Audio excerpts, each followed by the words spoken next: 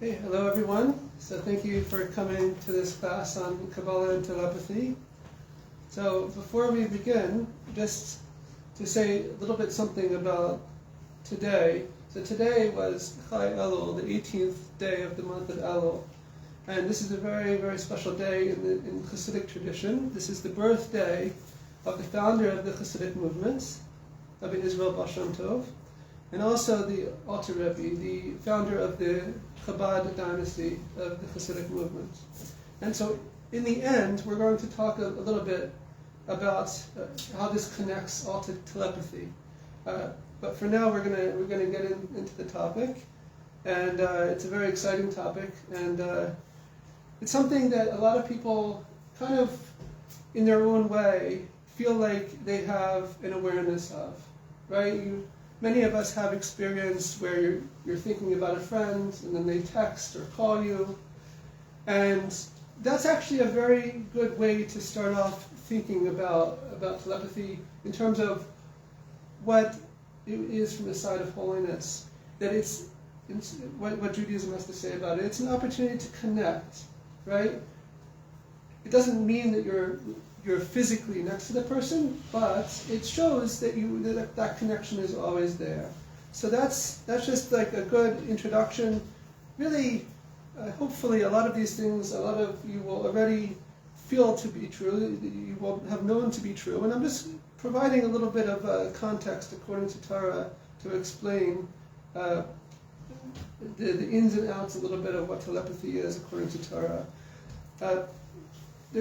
This is going to be an introductory class. This is actually based on a 26-page printout of a class from my teacher, Rabbi Yitzchak Ginsburg. 26 pages is a lot, so we're not going to be able to go into too much detail, but we're going to talk about a lot of the main highlights and the main things that I feel are of interest, and certainly interested me. So, again, the first thing is that we are caring about another person. It's a sign that we care about another person. And specifically, in the past, this was something that was relegated to the Tzaddikim, to the righteous. But as the times for the redemption for Mashiach come closer, and as the Jewish people are called a nation of Tzaddikim, so this is something that each of us should emulate in our own service, in our own divine service throughout our day, is that we too can fully care and be receptive both to the messages that we are receiving, the good and positive messages, which we're going to explain, and also ultimately to help another in need, even if they are thousands of miles away.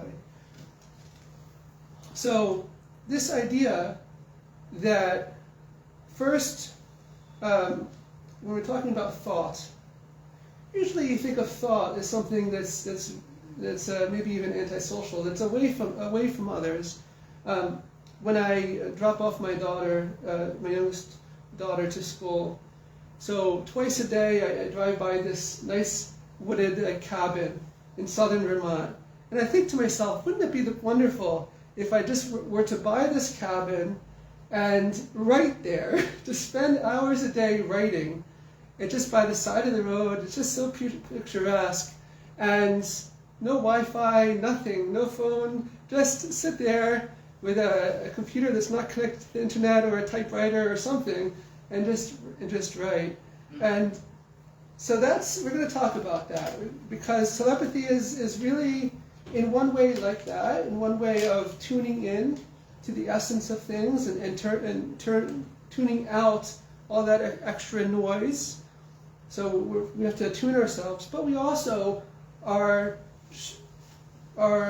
like we said, we want to be receptive to that friend or family member who's thinking about us. We want to feel connected, even if we're not physically in the same place. So this all leads us to actually a book. This is a book that I've wanted to write about, speak about for some time. It's called Quiet: The Power of Introverts in a World That Can't Stop Talking. And this is by Susan Cain. So she has a very popular TED Talk. It has around 45 million views in total between TED and YouTube. And it's all a talk about the importance of being quiet. And it's just a fabulous talk from 2012, and we're going to go a little bit into that talk and explain the deeper meaning according to Kabbalah, according to the deeper inner dimensions of the Torah behind this book and behind this idea that sometimes the most influential people are the most soft-spoken. And right, so we're gonna unpack this. Guys, because wasn't Rabbi Ginsburg talking about this today? Yes. Yeah. Yes, but this whole class was prepared well in advance. We're gonna get to that. What? Sorry? This whole class was prepared well in advance of today's class from Rabbi Ginsburg.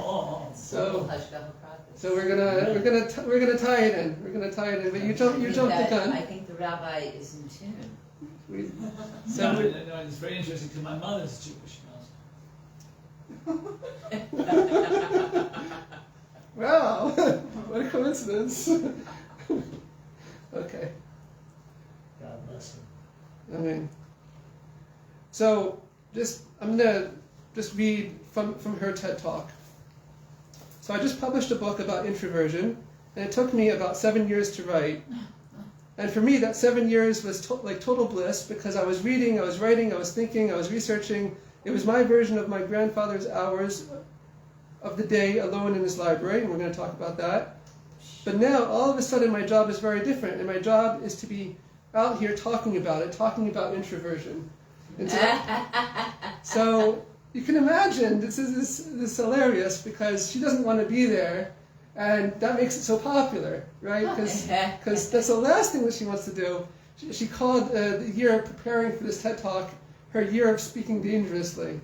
And so I was talking to an artist, and he says people want to get me to speak all the time, and he said that's why I became an artist, so I don't have to go speak. Right. So that's the idea, is that for instance, I prefer to be a writer, an editor, not to be a speaker. But if this is what you need to do in this world, then that's what you have to do. So I thought that was very interesting and very funny, and we're going to get more to her grandfather in a minute. But first, I'm going to jump into the example that she uses, both in the video and at the end of her book. So she was a young girl. In the video, she said she was 9. In the book, she said she was 10. So there's a discrepancy there, but it's close enough, I guess. And she said that growing up with her family, the most social experience that they had was reading. They all read, huddled together in the same room together, and that was being social for them. But when she went to camp with her suitcase full of books, she was expecting that so too this would be, all the other girls would feel the same way. That everyone would just be in the same bunks and rooms and different places outside reading. Well, her first day of camp, she realized after another girl was ostracized for pulling out a book, that she was going to have to leave that suitcase closed for the remainder of camp. And that's really when she started to see reading as something that was an isolated experience. So let's go earlier on in her childhood. She started off she was talking about her grandfather. He was a soft-spoken man with sympathetic blue eyes, and everyone loved him. He was actually a rabbi of a community in Brooklyn. And what did she notice from her grandfather? And this is very interesting. This is the exact opposite of what she experienced in summer camp when she was 9 or 10. My grandfather was a rabbi, and he was a widower who lived alone in a small apartment in Brooklyn. That was my favorite place in the world when I was growing up. Partly because it was filled with his very gentle, very courtly presence, and partly because it was filled with books. I mean, literally every table, every chair in this apartment had yielded its original function to now serve as a surface for swaying stacks of books. Just like the rest of my family, my grandfather's favorite thing to do in the whole world was to read. So it seems initially that this is similar to her camp experience, that her father was just this hermit, this anti-social guy that just had stacks of books everywhere and just liked to read. But here's the thing about my grandfather. Underneath this, he was really modest and really introverted. So much so that when he delivered these weekly sermons, these weekly Torah sermons, he had trouble making eye contact with the very same congregation that he had been speaking to for 62 years. And even away from the podium, when you called him to say hello, he would often end the conversation prematurely for fear that he was taking up too much of your time. But when he died at the age of 94, the police had to close down the streets of his neighborhood to accommodate the crowd of people who came to mourn him. And so these days I try to learn from my grandfather's example. So what's going on here, right? He's learning in his apartment, but it's in order to give it over, right? And that's what we call learning in order to teach, right? So really that act of learning, that act of isolating, that act of quiet time really brought together his whole community and ultimately thousands of people over the years. And everyone loved him, right? So that's not what she experienced in camp, right? What she experienced in camp, that if you're reading, you're setting yourself aside from everyone else. And so that was what she was taught later on. But growing up, reading was the most social thing around, right? Both within her immediate family with her siblings and parents, and also when she went to her grandfather. So why are we mentioning all this? Well, two weeks ago, I didn't yet have this outline for this class, and I decided on, with my weekly study partner of 16, 17 years, I decided on this portion that was said 4 years before I was born, on the 4th of Elul of 1979. It looked interesting, so I'm like, okay, let's learn this. And I skimmed it for a second. I didn't really look at it, but I said, okay, let's learn this. So it was a talk from the Lubavitcher Rebbe to campers of Camp Gan Israel. So I know that we just finished summer camp, but we're going back to camp again. All right. So what did the Rebbe say to these campers? He said, "It is good to meet each year at the conclusion of the camping season of Camp Gan Israel, and included all our campers of Camp Gan Israel camps in all countries and places." Okay, they too are present here at this gathering because we include them in our minds. And this is from the Baal Shem Tov. You are where your thoughts are. So this is the Lubavitcher Rebbe is bringing this. Okay, that's very interesting. That no matter where these campers are in the world, they're right here, right now. Okay. And the summation of the entire class is related to tonight is as follows.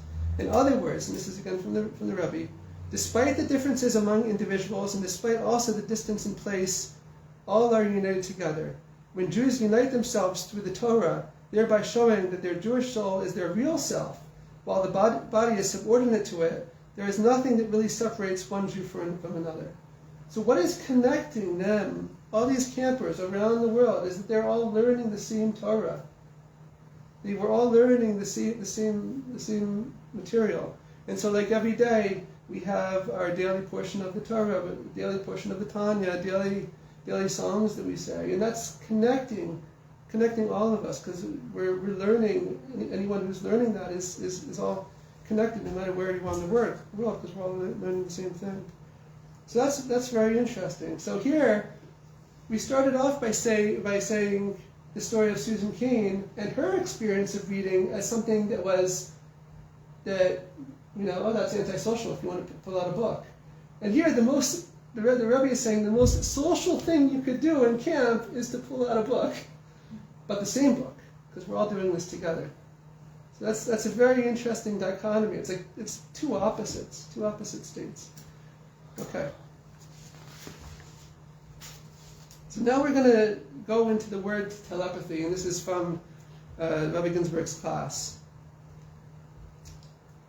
And first of all, one of the main topics tonight is this idea behind silence and then speech, which is a big topic in Kabbalah and Chassidic thought. It's called the secret of Chashmal, which is in modern Hebrew, it just means electricity.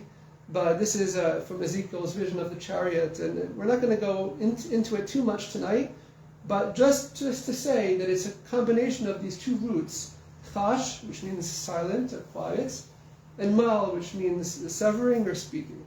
So this dichotomy between silence and speech. So that's what we're trying to explain, that even the state of being silent can be connected. And we're going to go into that, and that's leading into how we're viewing telepathy. That even if it seems like we're being quiet and distant and all of that, it could be the very opposite. Okay. All right. So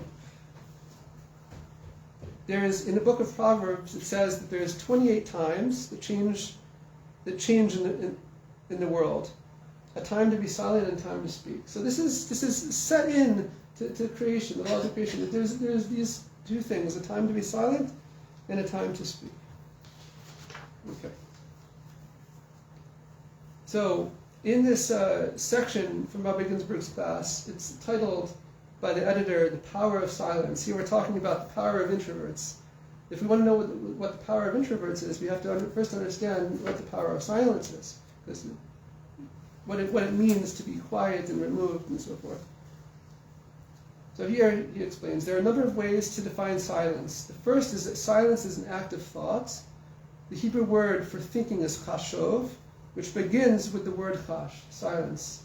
So, and can also be seen to sense something through silence. So that's, again, appreciating a little bit of telepathy, sensing something through silence.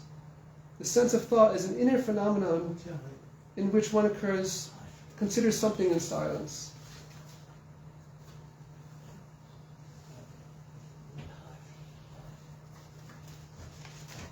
Okay.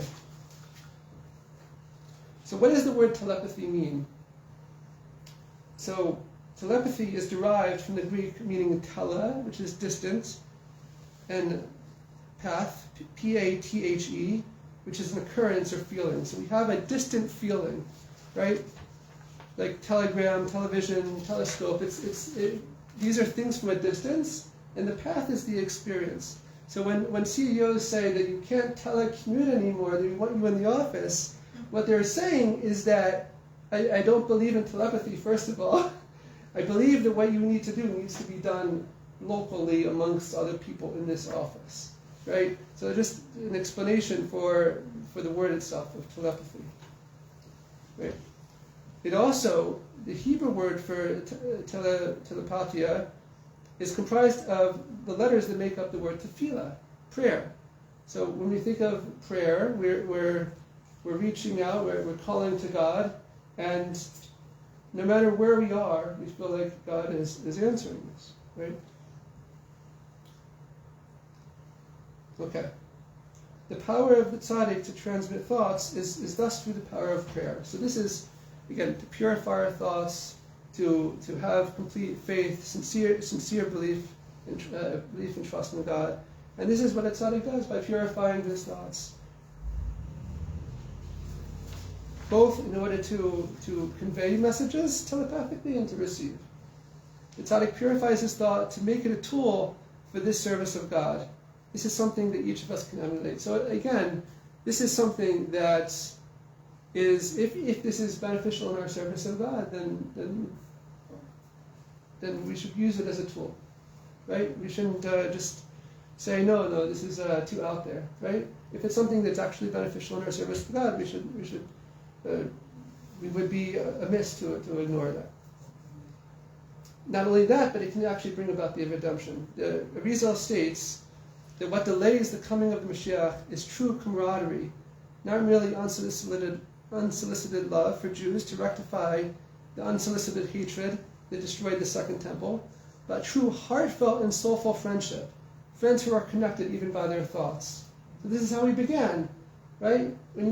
This is the idea of no matter where you are, no matter what you're doing, you're connected with your friends and family, right?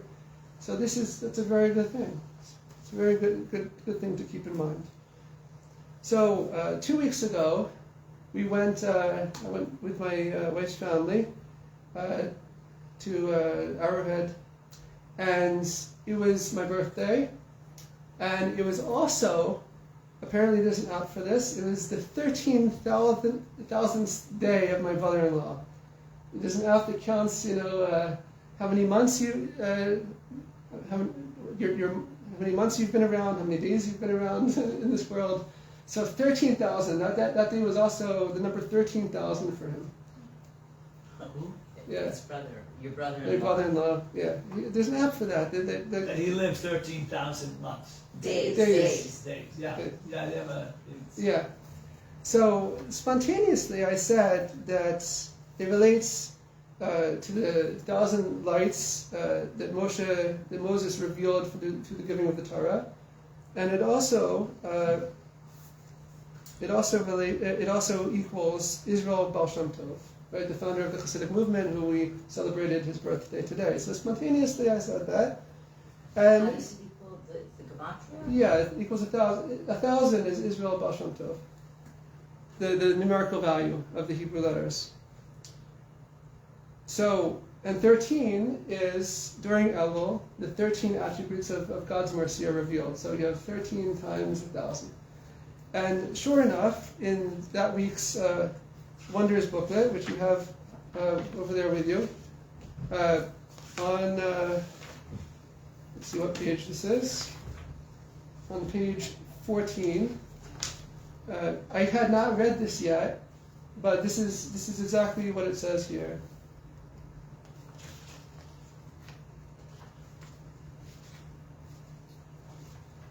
That 1,000, the secret of the 1,000 lights that were given to Moses, of whom Hillel is a reincarnation at Mount Sinai, and then taken away after the Israelites sinned with the golden calf, is also the secret of the soul of Rabbi Israel Baal Shem Tov, who began to reveal the 1,000 lights.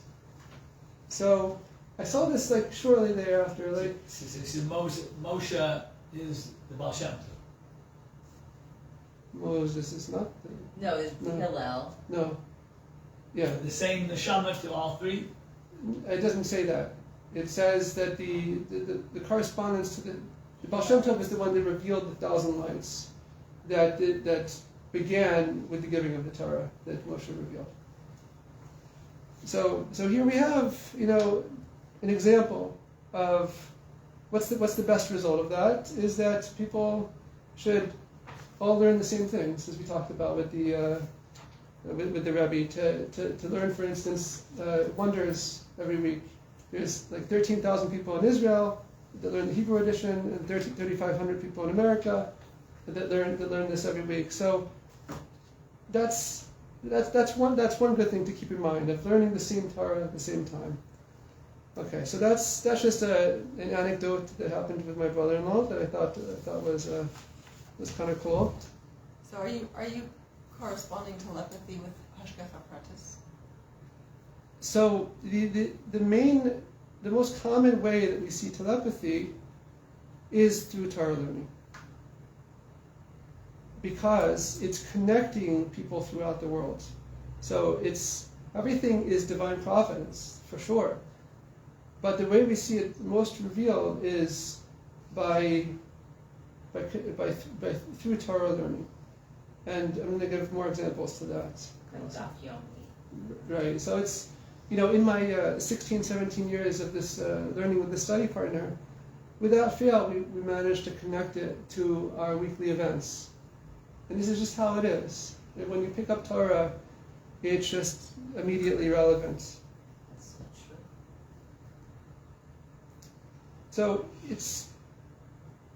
So it's important to be able to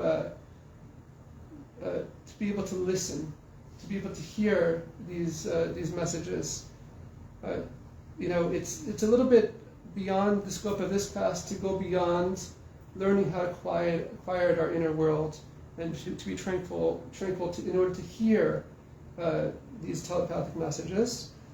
So that's where we're going to focus on. Rabbi Ginsburg says in his class, listening to Chassidic music is a good thing to help with that, to calm the soul. But I'm going to bring a story that I think will explain this, illustrate this a little bit better. In Russia, the ruling powers wished to invoke certain laws concerning Jewish education that were against Chassidic and against Chassidut, the Chassidic people, and against Judaism in general. The third Rebbe of Chabad, Tzemach Tzedek, was called to court in order to represent Chassidut, and Rabbi Yitzchak of Volozhin was called to represent the Lithuanian stream of Judaism. So Judaism was being called to trial in Russia. At some stage of the proceedings, there was a necessity that the Tzemach Tzedek plant the answer that Rabbi Yitzchak should reply to the judges. Rabbi Yitzchak received the thought and immediately replied in accordance. The reply was successful and the laws were not applied. So later on, Rabbi Yitzchak thanked Tzemach Tzedek for sending him that thought. So what we know from this story is that the Tzemach Tzedek was at the level that he could transmit thoughts, and that Rabbi Yitzchak was at the level that he could receive them. So that's again, this is in times of need, in times of we're in a situation where we need to help someone, where we're far away, we need to help the Jewish people. We want to. It's other focused. We're there. We want to be there for someone else, but we're not physically there. So these are very good examples of in Jewish history of where you have these occurrences of telepathy, just in terms of conveying thought.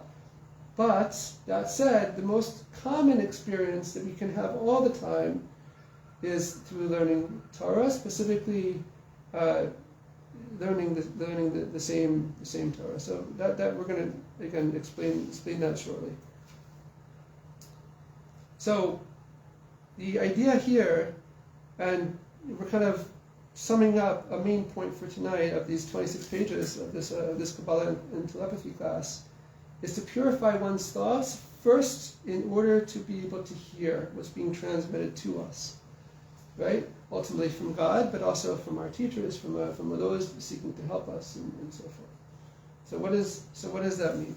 Okay, so we're going to have an example. So I found an interesting class from this rabbi. It's called Afterthoughts of Pesach. I know we're almost to Rosh Hashanah, but it was an interesting class, and I thought it related to our topic tonight. So there he explains about really with every fiber of our being experiencing the essence of the mitzvot, of the holidays. He was talking about the blessing that we say over wine. That here you take away the shell. There's seeds. There's things that are extraneous. You take the essence and you drink in the wine, and just drinking in and appreciating the essential aspect of things. So that there isn't an experience that a human being goes through that he shouldn't take something out of it and integrate it and assimilate it into the system. So he's, again, the power of introverts in a world that can't stop talking, right? So we're trying to explain what does it mean to get to the essence of something, right? So we have all this noise, we have all these things going on. So we want to get to the essence ultimately of our connection with God, right? What is that joy that we can have, or that essential connection? And so we need to really think deeply and contemplate and so this rabbi goes into the experiencing the essence of things. He also explains in terms of the closing the generational gap, closing the gap in communication, right? When we think about being receptive to hearing, a lot of times as parents we don't feel like our children are listening, right? And so he discusses that, and he says that you have to you have to always be growing yourself. The parent has to be growing. It's not just the four children that they say, the four sons. It's also the four fathers. He said. And what does that mean? Is that the parent has to continuously grow themselves. And the father has to grow and recreate, and the child has to ask and be curious to find out what is actually the experience that we all share together. Just, even though they're growing up in a different generation, to find that commonality and close that generation gap, and close that gap in communication. And this is also very interesting. Every holiday has two elements involved. One is called the active, and the other one is contemplative. Which is stronger, the activist or the contemplative? So you have, it's like the extrovert, the introvert, and the extrovert. You have the contemplator, and you have the one who's the activist, who's like acting on everything. So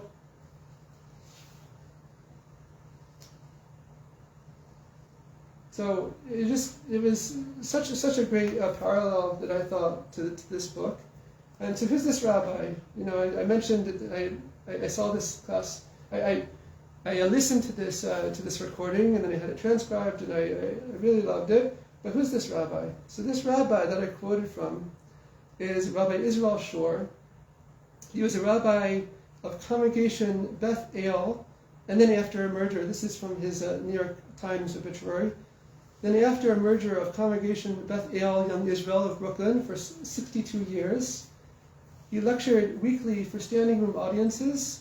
And when he passed away at the age of 94, the NYPD had to close the streets of his neighborhood to accommodate the throngs of mourners. No way. This is Susan Cain's grandfather. Susan Cain, who wrote the book. So he's he's reading about the grandfather, but he has two completely different connections to this very special man. Who was Susan Cain's grandfather. He was this rabbi of this. Who is the different connection? I'll explain after. So it's remarkable. She doesn't quote him by name, but it's her grandfather. Yeah, of course. She grew up in Lawrence. Her name is Susan Horowitz Cain. Hat tip to someone online. I forget which website it was that first hat tipped me to who her grandfather was. But this is and to be sure, he was beloved by his congregation, and everyone just loved him. But we have to see really what message he's saying, what he's saying in this class. And so if we're really connected with what we're talking about, with listening, learning how to listen. So first of all, who wrote this book? And was Susan Cain listening to her grandfather?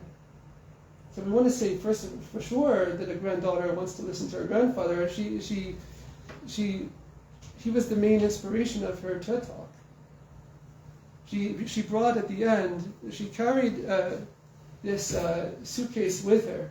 And at the end of the TED Talk, she opened it. Just like in camp, she wasn't allowed to open her suitcase, right? Because that's antisocial after all.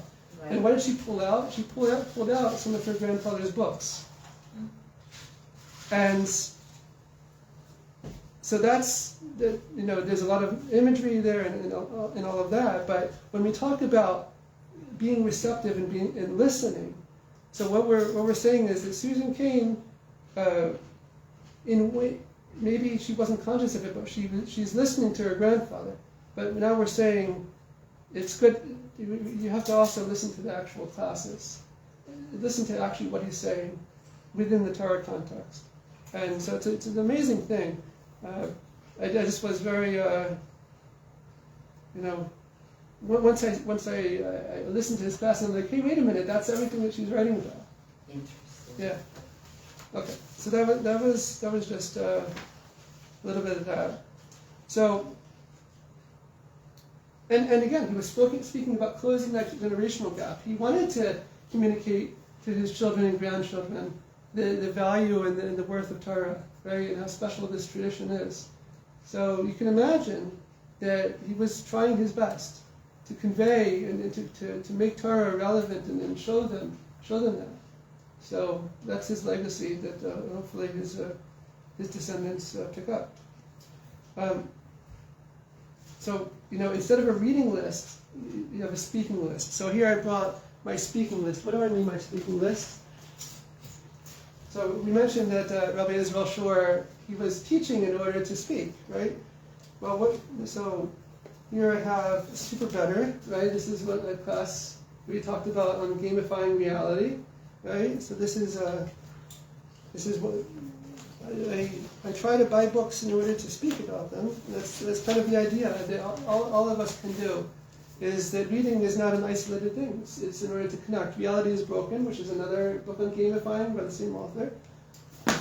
And yeah, that's, I've bought other books over the years, and that's. Deifying reality. You wrote that? What's that? Deifying reality. What? Who's the author? Gamifying Reality by Jane McConnell. Gamifying. Yeah. Okay, so now I mentioned that we were going to connect to this day, which was Chai Elul.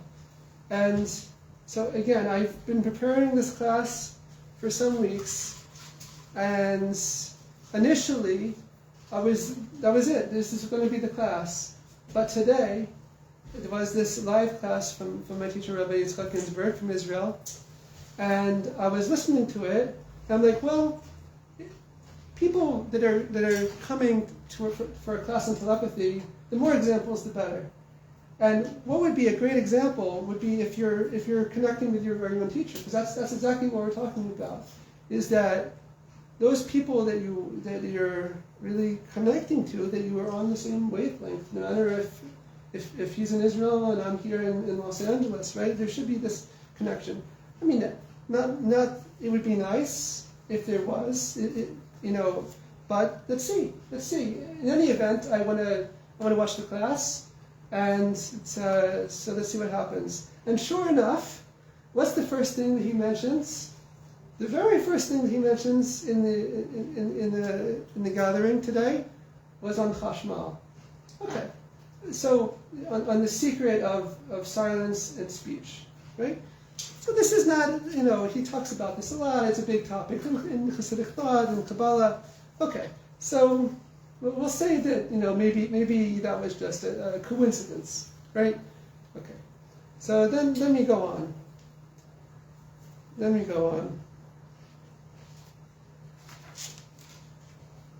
So there he starts talking about this famous parable brought by the Alter Rebbe, Rabbi Yishner Zalman of Liadi, again the founder of Chabad, about the king is in the field. In the month of Elul, the king is in the field, and which is God, right? And God is showing us a laughter-filled countenance. And that's what we were just listening. Right? A laughter-filled countenance. Apanim sochakot. Okay. Right, so that's very nice. We want to all feel that God loves us, that He cares for us, that He's coming out to where we are, and so that's a very nice thing. So we have to do a little bit of cheshbon, which also in Hebrew also means like an accounting of the soul, cheshbon and nefesh, but it also means like doing numbers games, like gematria. So what is this phrase equal? This panim sochakot, this that God is coming out with us with a laughter-filled countenance. It equals exactly 1,000. So we talked about 1,000, right? And here he says that Moses received these 1,000 lights before he broke the tablets, and then received them again on every Shabbat at Musaf time. Okay, so he talks about that. Okay, what else does he say about this 1,000?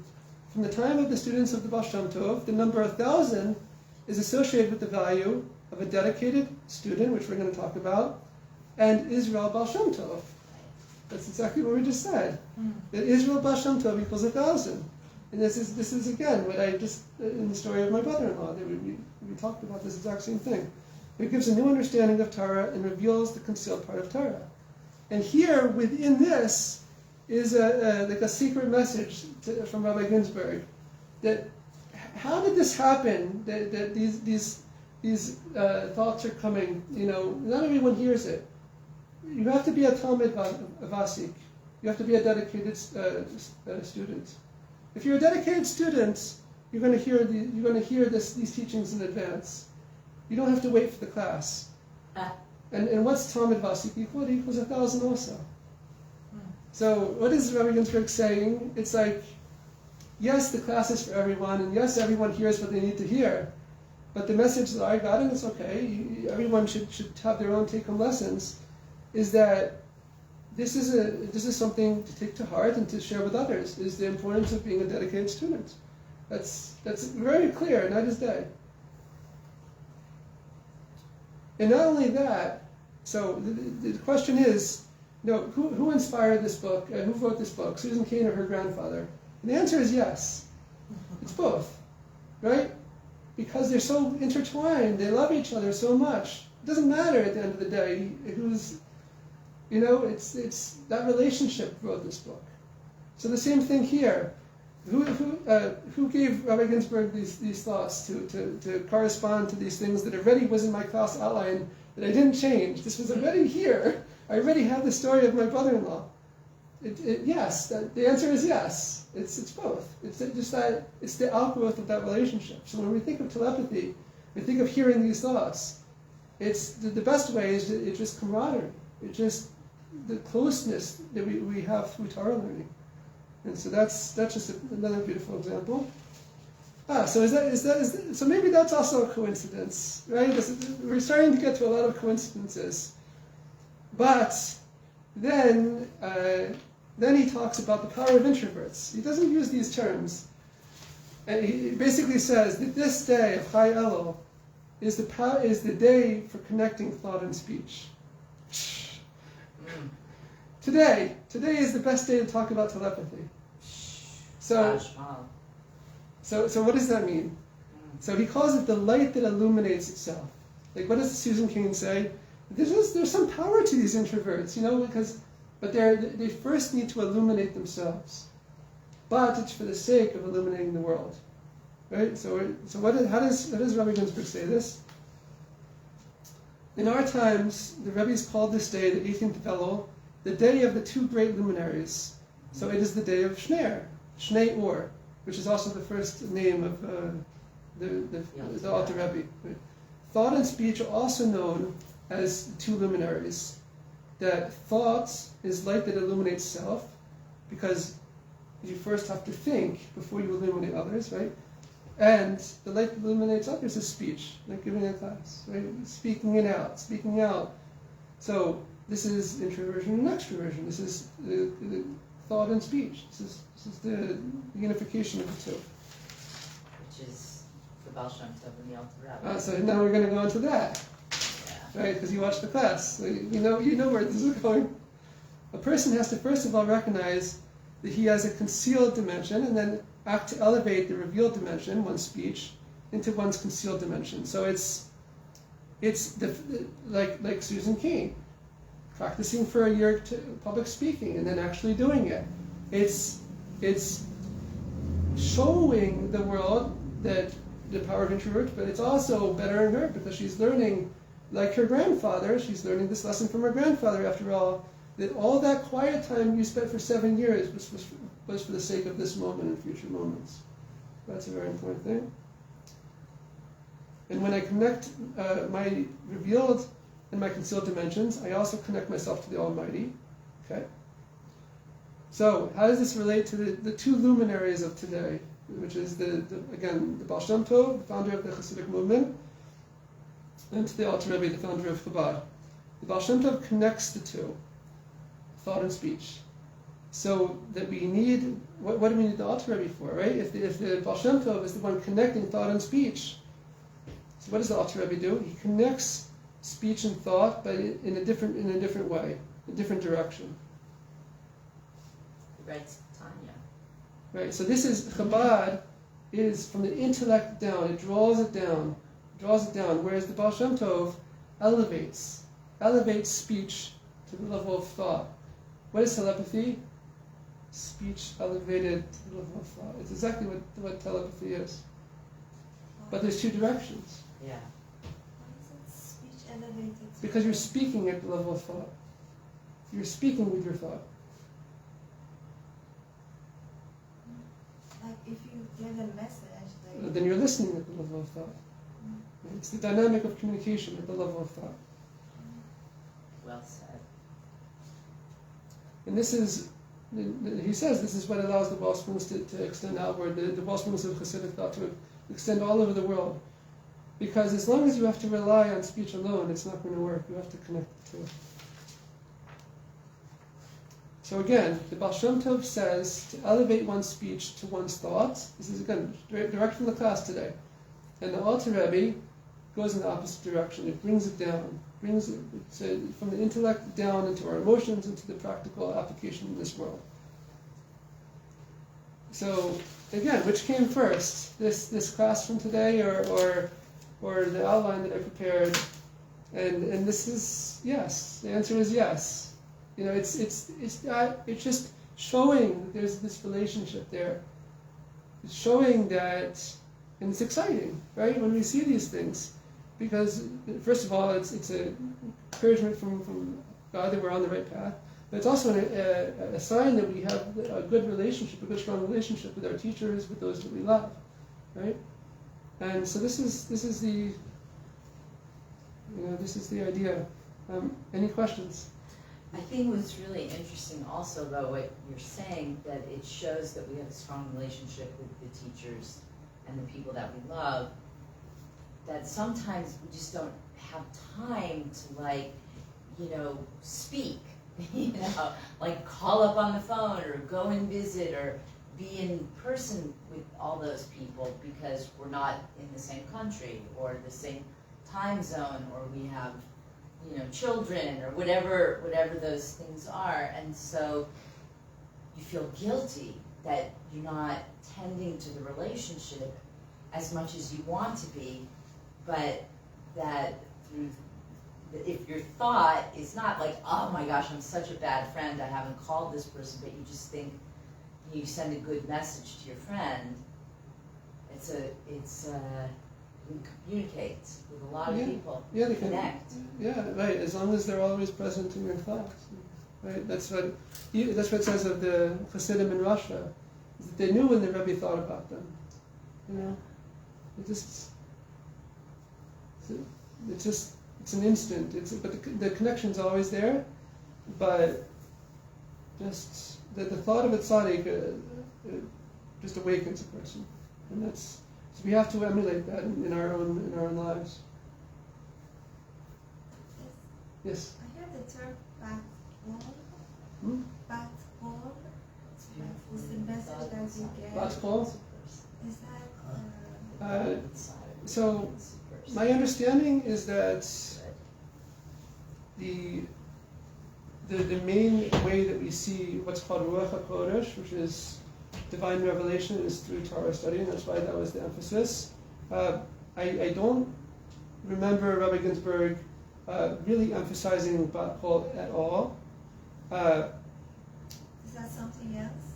I just don't think that is something that is as essential to one's divine service. For instance,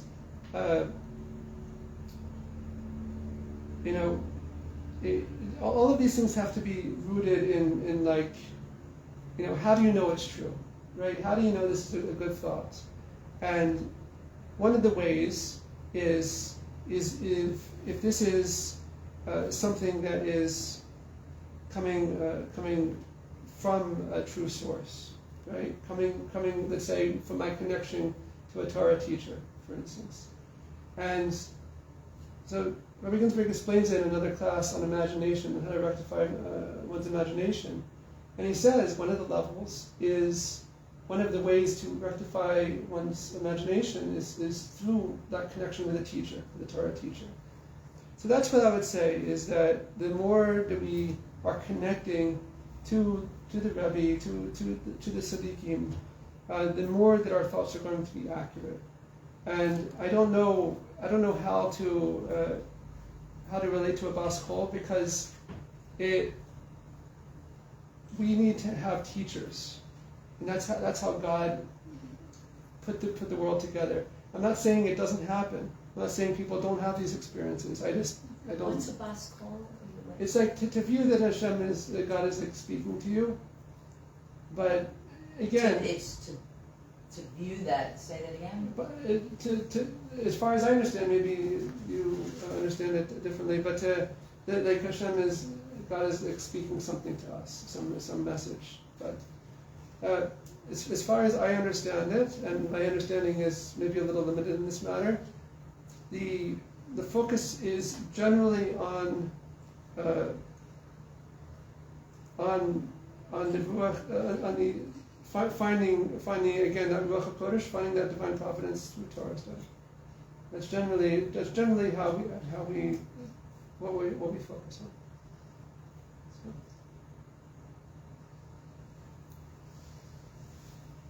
All right, thank you so much. The one thing you were saying from Baal Shem Tov, the transfer of energy, the Baal Shem Tov, and then the Alter Rebbe, in different directions. You were saying, could you go over that again? Right. He brought it from thought to speech. Right. So the Baal Shem Tov elevated speech to the level of thoughts, and the Alter Rebbe brought thought down into speech. Into speech and then action through the three garments of the soul. Right. The Baal Shem Tov brought speech up into Elevated. Right. And the Alter Rebbe brought it, the holiness, down into speech. Right. It's like we think about when we think about Chabad, of the intellect from the top down. We're bringing it down into it with the focus that it should have. It should lead to action. Is that the same message that Baal Shem Tov sent? He received? Is that the same? Well, the Baal Shem Tov received from teachers. That's what I was explaining to you. There is when we talk about even someone who's the Baal Shem Tov, who worked miracles and definitely had a connection with God at all times, we talk about the teachers that he received from, like Achia Hashaloni, right? We talk about his teachers, and that's how it always is in Jewish tradition. Is that who is your teacher? Who are you receiving from? Right? When a person has a revelation in Torah study, it's called a revelation of Eliyahu Navi, Elijah the prophet. What does that mean? Not literally that Elijah came to you and visited you, but that this is the assistance, because during Elijah's lifetime, he was kind of critical at times of the Jewish people. So his recompense is to come back and to be helpful. And part of that is to assist in our Torah study. So when we have some insight, when we're learning, because we're learning with good ambition, good motivations, and we have some type of an insight, that's called a revelation of Eliyahu Navi. So that's definitely, but that's, again, these are all through teachers. The reality of Achia Shiloni is supernatural reality of it. No, it's all the focus is that it's all through tradition and all through actual teachers. That's the way that it's the way the Jewish tradition is. It's always who is your teacher, who are you receiving this tradition from. So the reality of Achia Shiloni being with the Baal Shem Tov is what? He was there with him? In whatever capacity, he was his teacher. It was. I mean. What capacity? That's beyond my. I don't know. Well, I mean, the thing is that this story that came out this morning, but who's the tall Chassid was the Maharal, right? Yeah. You heard that story. You heard the story, right? Right. Okay, so that's the Maharal. He was on 2 feet, and someone else saw him. Yeah. Yeah. I mean, I don't know if he got a ticket in his car. I have a double parked, whatever he did, but he was visiting the Rebbe, right? Human being. Right. So he came to him as a human being. Had to. What else would it be? There was no internet. There was no paper. So what I'm saying is, we have seen we're talking about a guy who lived. When did who are we talking about? Talking a guy who was done with a melech. Mm-hmm. He lived 1,000-something years. This is the ultimate. And he had a hard time. He wasn't I think he rebelled against David. So we're talking this is crazy, nuts, out of this world. All right. Yeah. Okay, thank you very much. Thank you. Thank you. Well.